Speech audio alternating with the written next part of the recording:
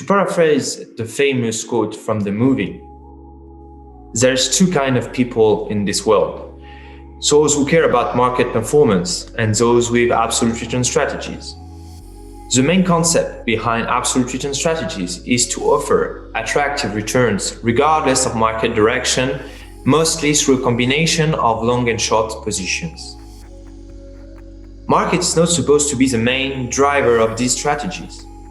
Absolute return strategies are driven by the fund manager's ability to select potential outperformers for long positions and potential underperformers for short positions in order to mitigate market movements.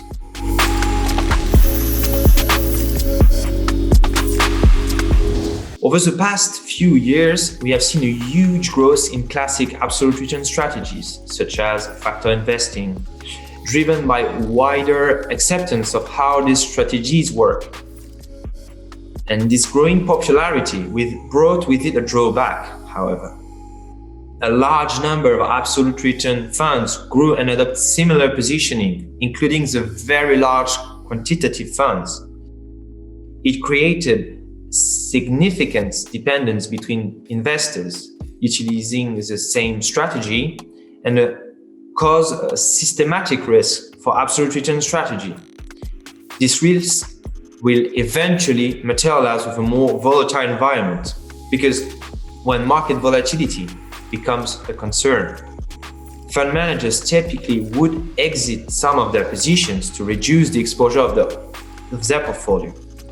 As the result, when volatility within absolute return portfolio had picked up quite significantly with the COVID-19 crisis, it triggered a huge wave of disposal of long positions and buyback of short positions by absolute return funds.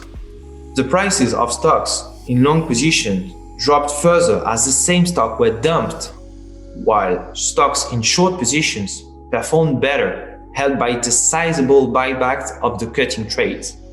Very quickly, this similar portfolio reached stop losses and triggered new massive positions cutting with dramatic effect for fund performance. And this chain reaction ended up costing this portfolio a lot of money.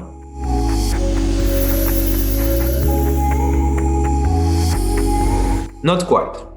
Some funds delivered positive performance over the same period, and those returns were uncorrelated to the wider market in line with their objective.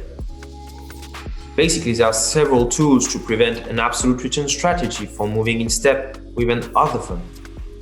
One is the implementation of several independent strategies because it can limit the impact of deleveraging and reduce the volatility of the overall portfolio.